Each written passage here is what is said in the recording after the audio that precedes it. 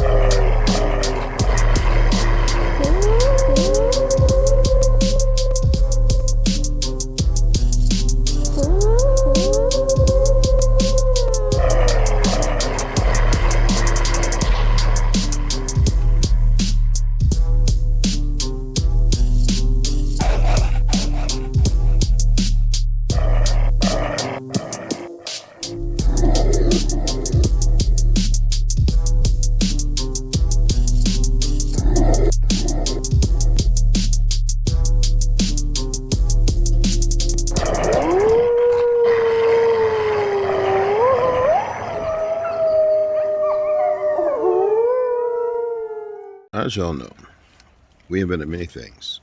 I'm going to do a little series of videos here, and I really want y'all to pay attention to them. I guess they're AI generated or whatever, but it's the history that I've been teaching for a very long time. Now, they still hijack misquotes and this, that, and other, but their defamation of character and who we are and what we've accomplished, the lies any further by these Gujars don't stand. We build, we love, we embrace. They destroy, they hate, the ambiguity and everything else about them is a sad disease. And there's many who are not like that on that side. But I want you to see a little more truth. Now, I've told this, and I figured if I show it in these, some of you may be more receptive. Okay? So we're going to do a little cap cut, put all this together, and share your thoughts and your opinions. Okay? This is why you need to know Granville T. Woods, the genius behind the first electric roller coaster, an unsung hero who electrified our world in more ways than one. Born in 1856, this brilliant black inventor received over 50 patents, revolutionizing everything from automatic brakes to phonographs. But it's his work on the figure-8 roller coaster that changed the thrill game forever. Originally designed for trains, Woods modified his electric rail system to power an amusement ride, debuting it at Coney Island in 1892. Imagine the excitement of that first ride, the sensation of speed and innovation merging into pure joy. Yet Woods faced incredible resistance. In a time when society couldn't fathom a black man at the forefront of innovation, many of his ideas were stolen. Woods's inventions were so groundbreaking that companies like General Electric, Westinghouse, and American Engineering sought them out. When he passed away in 1910, he was remembered as the Black Thomas Edison. And in a fitting tribute in April 2008, the corner of Stillwell and Mermaid Avenues was named Granville T. Woods Way. So next time you experience the thrill of a roller coaster, remember the genius who made it possible. Granville T. Woods, a name worth celebrating. Born in 1895, Alice H. Parker was a visionary Black American inventor whose groundbreaking innovation in home heating changed how we stay warm. In December 1919, she patented a central heating system that used natural gas instead of fireplaces, which were inefficient and messy. Living in Morristown, New Jersey, Parker was inspired by the harsh winters and sought a more efficient, cleaner way to heat homes. Her design was a precursor to modern forced air heating systems, and her legacy lives on in millions of homes worldwide. Alice H. Parker paved the way for innovation, comfort, and efficiency. The election massacre took place on Election Day, November 3, 1874. Members of the White League, a paramilitary group supporting the Democratic Party, killed an estimated 15 to 40 black Republican voters and wounded 70, while driving away more than 1,000 unarmed black Republican voters from the polls. Did you know the first black-owned automobile manufacturer in the U.S. was founded in the 1800s? Meet C.R. Patterson and Sons. Founded by Charles Richard Patterson, a formerly enslaved man, the company began by building high-quality horse-drawn carriages in Ohio. In 1915, Patterson's son, Frederick Patterson, shifted the company to producing automobiles, launching the Patterson Greenfield car. Known for its durability and craftsmanship, the Patterson car rivaled Ford's Model T, but funding challenges and racial barriers halted mass production. While other black entrepreneurs have made strides in the automotive world, C.R. Patterson and Sons remains the only documented black-owned car manufacturer of its time. History you won't find in most textbooks. Now you know.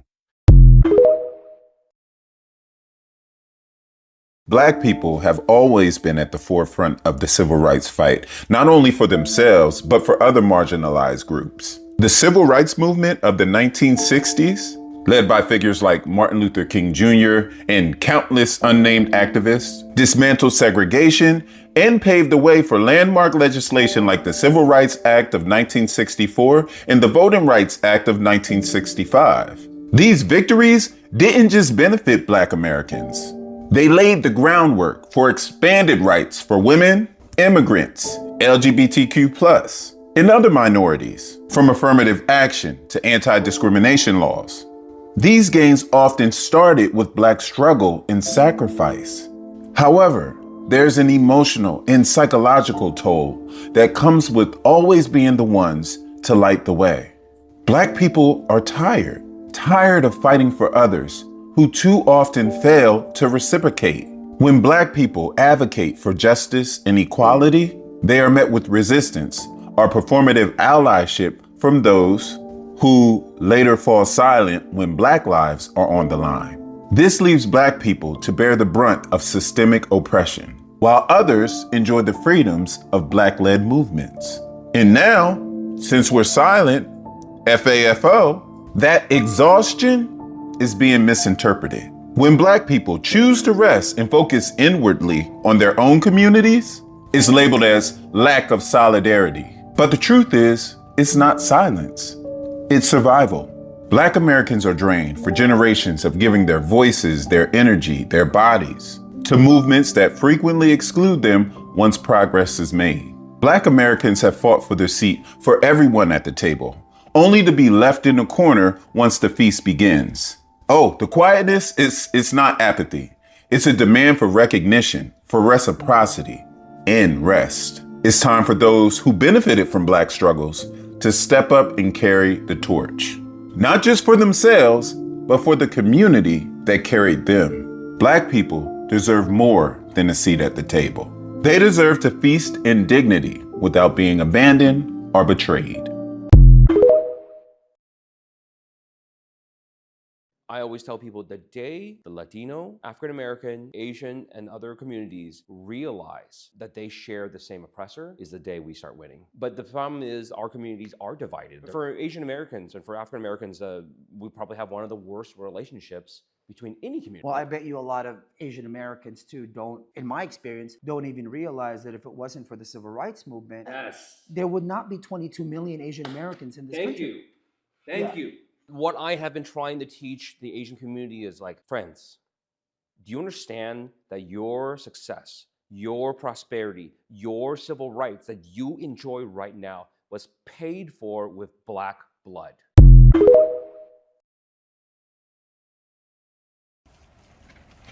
Pretty interesting, huh? It's pretty damn windy and cold here right now. Got some work to do on this tent. My hot tent will be here on Friday, so, and my stove, I think. So we can keep this as a storage. Me and T can take that one, unless he got one coming too, and we can set up. Got my sauna waiting for my cold dip. Today I want to go and pick up some wood and stuff to build a stand and an enclosed thing to put it in. Oh, excuse me. Because even in the cold, sauna is very, very important for those who don't know. But regardless of that, here I go off in the tandem. I hope you really like this information and share it. All right.